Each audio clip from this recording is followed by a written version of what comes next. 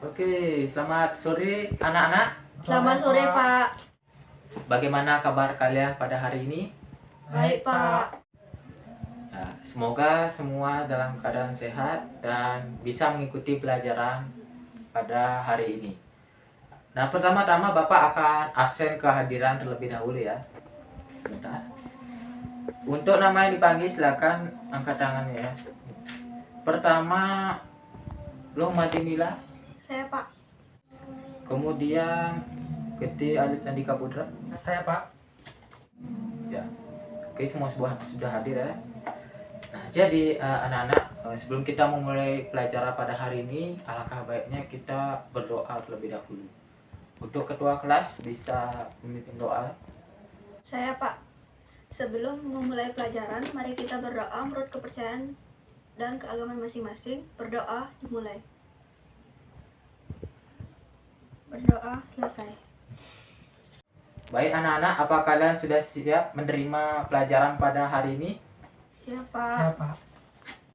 Baik, kalau siap, jadi Bapak akan memulai pelajaran hari ini dengan mengingat materi minggu lalu ya. Nah, jadi anak-anak, apakah ada yang masih ingat minggu lalu mengenai penerapan trigonometri yang Bapak sampaikan? Saya, Pak. Jadi minggu lalu Bapak menjelaskan mengenai prinsip cahaya mensusuar dengan memakai aturan sudut. Ya, bagus untuk Bila. Kemudian untuk yang lain, apakah ada yang tahu mengenai penerapan trigonometri yang lain? Saya, Pak. Ya, Alif silahkan. Jadi untuk menentukan waktu gerhana matahari kita bisa gunakan konsep trigonometri ini, Pak, dengan memanfaatkan bayangan yang ada di bulan dan bumi. Kemudian sudutnya diukur pada saat yang bayangan hitam jatuh pada daerah di bumi. Oke, jadi itu ya salah satu penerapannya. Jadi Bapak akan tuliskan terlebih dahulu. Dan juga sebenarnya masih banyak lagi ya anak-anak ya, bisa kalian cari penerapan trigonometrinya. Nah, mengenai penerapan trigonometri akan sangat berkaitan dengan materi yang kita akan diskusikan pada hari ini, yaitu mengenai pelajaran hari ini yaitu mengenai perbandingan trigonometri pada segitiga siku-siku. Nah, jadi melalui materi ini nih, sekiranya diharapkan anak-anak bisa menerapkan konsep-konsep perbandingan trigonometri untuk menyelesaikan masalah yang ada. Apakah anak-anak bisa mengikutinya? Bisa, Bisa, Pak. Pak. Ya, baiklah kalau semuanya bisa. Nah, selanjutnya Bapak akan bertanya mengenai segitiga siku-siku.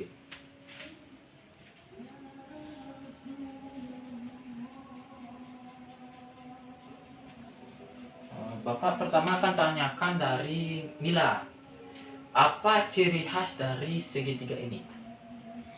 Kalau dari saya, segitiga siku-siku mempunyai salah satu sudut siku-siku. Ya, bagus sekali. Selanjutnya, Alif lanjutkan jawaban dari Mila. Ya, Pak, dalam segitiga siku-siku memiliki sisi depan, samping, dan miring. Oke, ya, jadi apa yang disampaikan oleh Alif itu sudah benar ya. Jadi dalam segitiga siku-siku nanti kita akan mengenal yang namanya sisi depan, samping, dan miring. Nah, jadi dalam menghitung perbandingan sudut ini, nah, kita bisa menggunakan istilah sudut-sudut dalam trigonometri. Nah, apakah ada yang bisa membantu apa saja istilah-istilah sudut dalam trigonometri itu? Saya, Pak. Ada sinus, kosinus, dan tangen. Ya, ada 3 ya. Jadi selain 3 itu, apakah ada yang ingin menambahkan? Saya, Pak. Selain 3 istilah yang tadi disampaikan, ada pula istilah yaitu seperti kosekan, sekan, dan kotangen. Ya, jadi ada 6 ya. Nah, bagaimana kita mencari nilai sudut-sudut ini ya? Pertama dari sinus dulu. Biasanya dalam menggunakan segitiga ini, sinus biasanya dicari dengan perbandingan antara sisi depan dan sisi miring. Berarti kan depan per miring. Berarti kan AB per AC. Sip. Kemudian untuk yang lain apakah ada yang bisa melengkapi untuk nilai kosinus? Saya Pak. Untuk cos P yaitu sisi samping dibagi sisi miring. Ya, jadi kosinus super asli. Kemudian untuk alit, bagaimana dengan yang tangan? Untuk tangan, P dicari dengan membagi nilai sisi depan dengan sisi samping. Ya, untuk yang tangan itu depan per miring. Depan per miring berarti kan depan per samping ya. B per C. Nah, anak-anak sekalian, jadi untuk sinus kosinus tangan sebenarnya untuk menghafalnya cukup mudah ya. Nah, nanti anak-anak bisa menggunakan demi sami bisa. Jadi ini adalah singkatan dari depan miring, depan per miring, samping per miring, dan depan per samping. Oke, anak-anak. Jadi ini kan baru 3. Bagaimana dengan yang 3 nih? Kalau misalkan dicari misalnya kosekan P, sekan P, dan kotan P. Nah, ini sebenarnya adalah kebalikan dari sudut-sudut yang ada di samping. Nah, sampai di situ apakah ada yang ingin ditanyakan? Paham Pak. Ya, kalau tidak ada, nanti silakan anak-anak nanti mengerjakan soal-soal yang nanti akan Bapak berikan dalam lembar kerja dalam kelompok ya. Untuk waktunya itu sekitar 40 menit ya. Oke, anak-anak. Jadi berdasarkan diskusi mengenai evaluasi yang kita lakukan tadi ya, tentang permasalahan yang Bapak berikan. Nah, kita sudah masuk pada bagian kesimpulan. Jadi dari anak-anak, apakah ada yang ingin menyimpulkan bagaimana untuk mencari perbandingan trigonometri pada segitiga siku-siku? Saya Pak. Langkah pertama kita bisa menentukan nilai-nilai yang diketahui dengan mencari sisi depan, samping, dan miring. Kemudian kita cari sudut trigonometri yang diinginkan dengan nilai tersebut. Misal menentukan sinusnya yang dicari perbandingan sisi depan, samping, miring atau sebagainya. Ya, untuk bagus sekali itu Mila. Apakah ada yang ingin menambahkan? Saya Pak, untuk mencari sudut yang ditentukan kita harus identifikasi dahulu apakah sudut itu dekat dengan sisi tertentu, karena hasilnya akan berbeda jika perbandingan sisi depan dan samping terbalik bergantung dari letak sudutnya. Ya, bagus sekali itu Elit.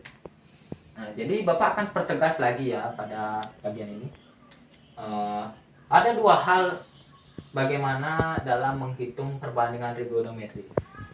Yang pertama itu tentu saja sudutnya, sudut yang diketahui. Yang kedua yaitu sisinya. Bapak akan tegaskan dulu di sudutnya ya. Jadi ketika anak-anak nanti mencari sudutnya, sudut-sudut trigonometri itu harus diperhatikan letak sudutnya. Jadi kan tadi Bapak jelaskan di bagian ACB. Bagaimana dengan yang di sudut CAB? Misal Bapak akan mencari nilai tangannya. Tangannya, berarti anggap daki. Sudutnya di sini. Nah, berarti kita harus melihat yang mana termasuk sisi depannya. Ini akan masuk di poin 2 nanti.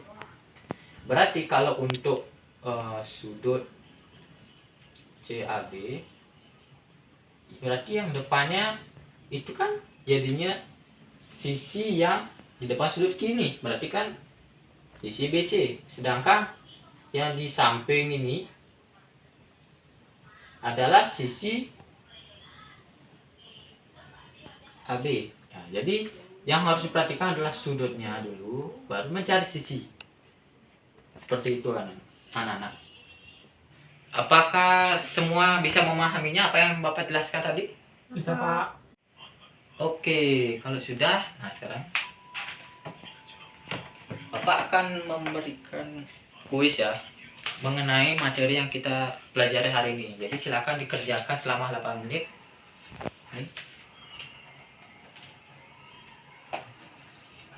Nah, anak-anak, apakah semuanya sudah mengumpul? Sudah Pak. Ada Pak. Ya, kalau sudah, nah, jadi sekian ya pelajaran yang bisa Bapak berikan hari ini. Nanti silahkan pelajari kembali di rumah dengan latihan-latihan soal. Untuk minggu berikutnya kita akan membahas mengenai perbandingan sudut istimewa trigonometri. Jadi sebelum kita mengakhiri pelajaran pada hari ini, kita berdoa kembali terlebih dahulu. Untuk ketua kelas dipersilakan memimpin doa. Mohon izin doa akan saya pimpin. Berdoa menurut agama dan kepercayaan masing-masing. Berdoa mulai. Berdoa selesai. Baik, karena pelajaran telah selesai, jadi terima kasih atas partisipasinya. Dan Bapak ucapkan selamat sore anak-anak. Selamat sore, Pak. Terima kasih.